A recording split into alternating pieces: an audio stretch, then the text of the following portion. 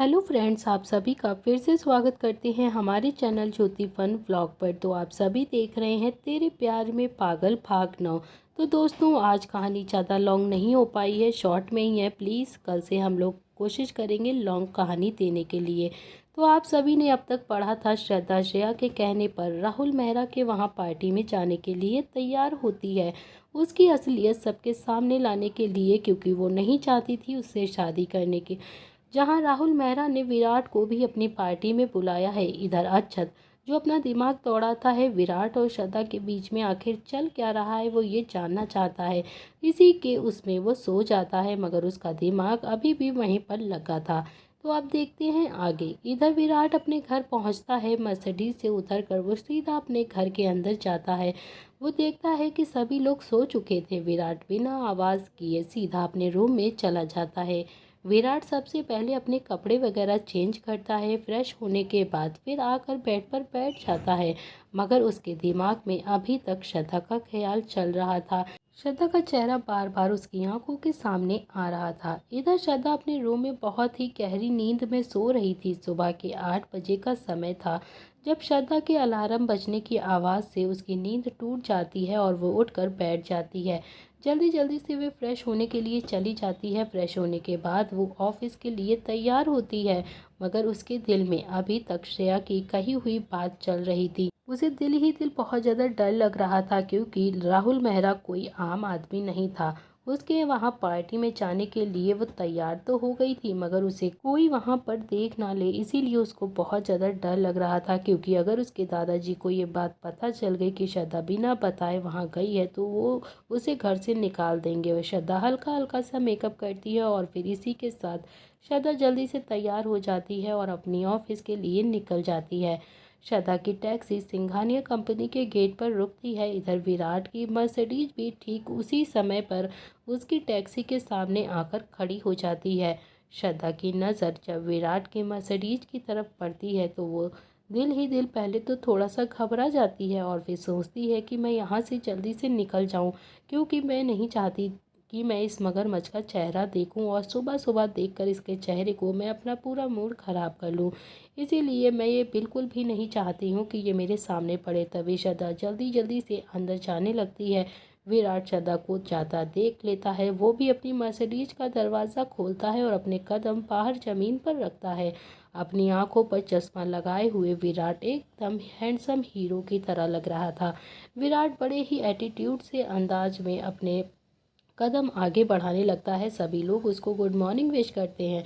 श्रद्धा जो जल्दी जल्दी से चलने के चक्कर में उसका पैर फिसल जाता है और वह ज़मीन पर गिरने ही वाली होती है कि तभी विराट उसका हाथ पकड़ लेता है और उसे अपनी बाहों में खींचकर थाम लेता है, उसे गिरने से बचा लेता है। श्रद्धा बहुत ज़्यादा डर जाती है। उसे लगता है वो ज़मीन पर गिर गई है। डर के मारे उसकी आंखें बंद हो जाती हैं।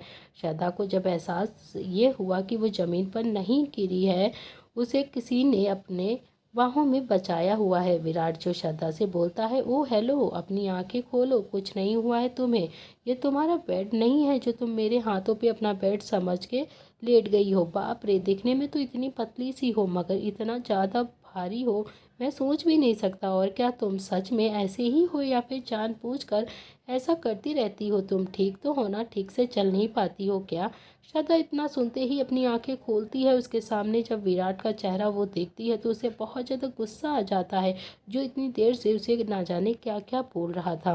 वह तुरंत ही विराट को खुद से दूर करती है और खड़ी हो जाती है। बोलती है कि मिस्टर विराट सिंघानिया, आपकी हिम्मत भी कैसे हुई मुझे छूने की? विराट श्रद्धा से बोलता है, अच्छा, तो मतलब मैंने तुम्हें बचा कर गलत कर दिया है ना?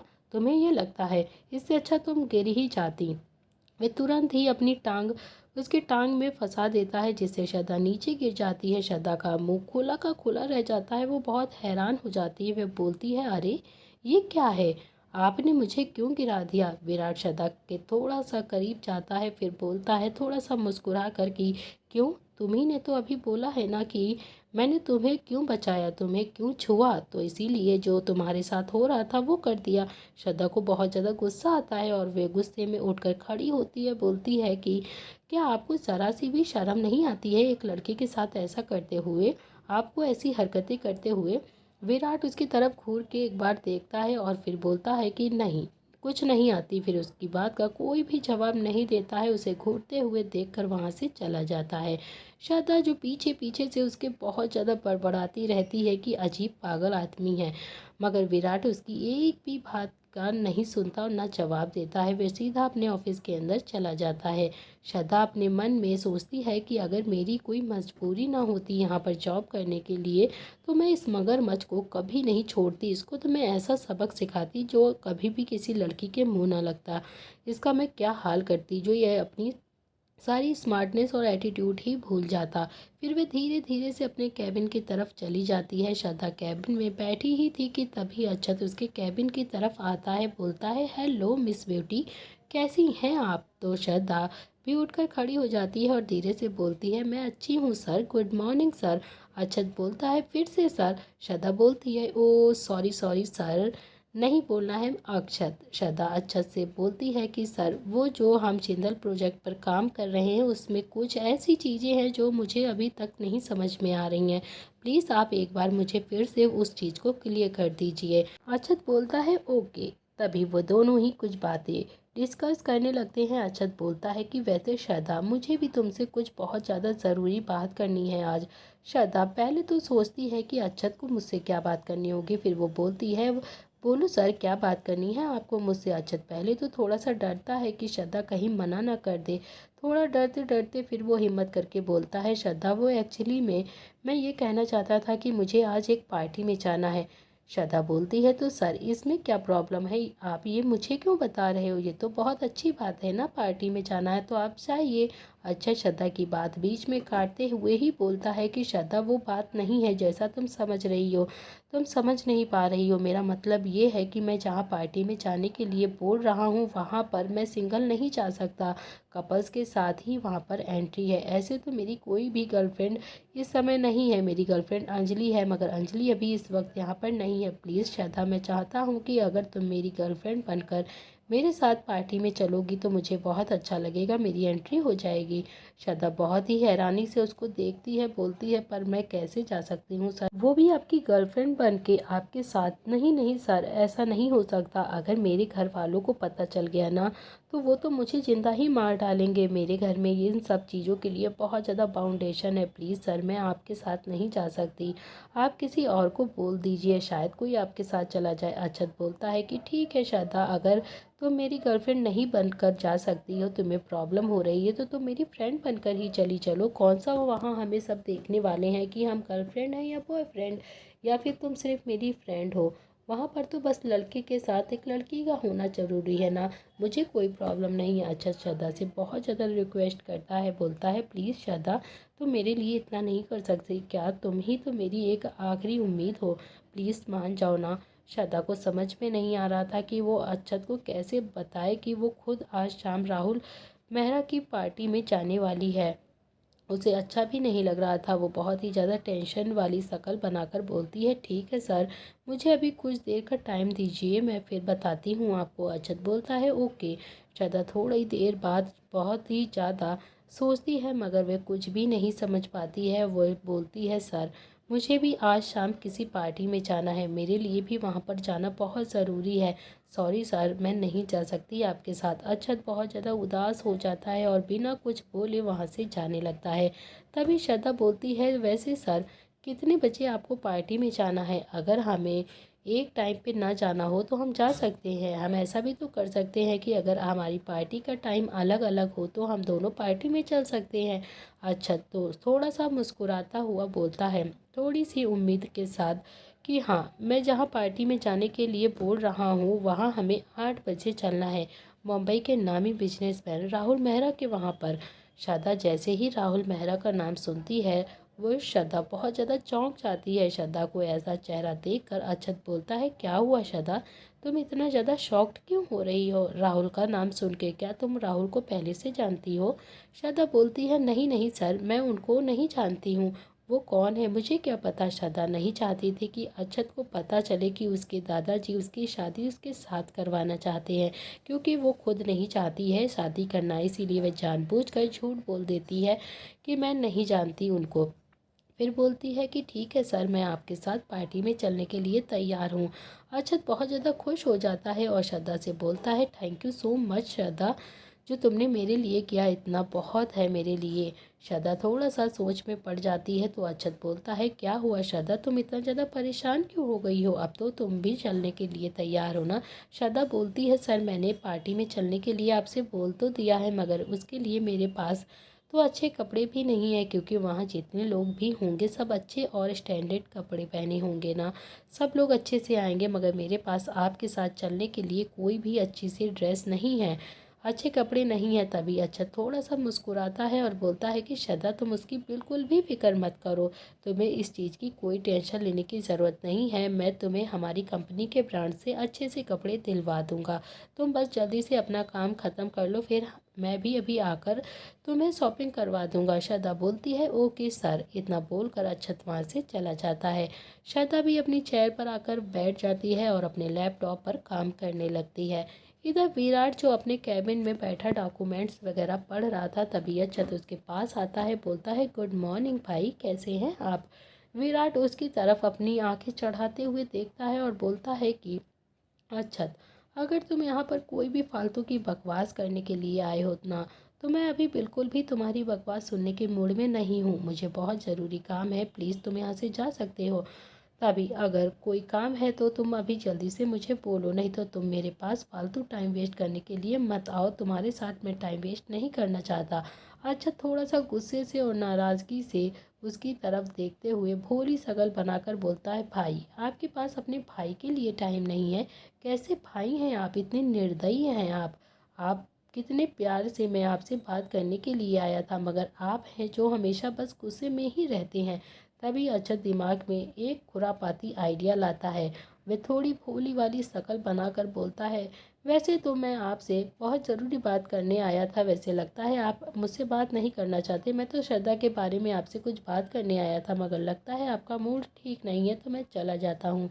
विराट बोलता है श्रद्धा के बारे में बात करने आए, वो तुरंत चौंक जाता है, उसे रोकता है, अक्षत को रोकता है। तभी वो बोलता है कि क्या बात करनी है। अच्छा थोड़ा सा पहले मुस्कुराता है और फिर थोड़ा भाव खा कर बोलता है कि नहीं नहीं भाई, आप अपने डॉक्यूमेंट्स पढ़िए, मैं आपको डिस्टर्ब बिल्कुल भी नहीं करूँगा, मैं आपसे बाद में बात कर लूँगा, कोई बात नहीं, मैं अभी चला जाता हूँ। अच्छा जानबूझकर विराट को चिढ़ा रहा था। अक्षत बोलता है तो भाई मैं चलता हूँ, इतना बोलकर अक्षत जाने लगता है। तभी विराट जल्दी से अपनी चेयर से उठता है और अक्षत के पास जाकर उसका हाथ पकड़कर बोलता है कि मैंने तुमसे जो कहा है, तुमसे जो पूछा है वो बोलो, क्या बात करनी है तुम्हें श्रद्धा के बारे में। विराट श्रद्धा के बारे में जानने के लिए बहुत ज़्यादा बेताब हो रहा था। तभी अक्षत थोड़ा सा शरारती अंदाज में बोलता है कि भाई, श्रद्धा ना आपके बारे में बहुत बात करती है, पता नहीं वो क्या क्या बोला करती है आपके बारे में।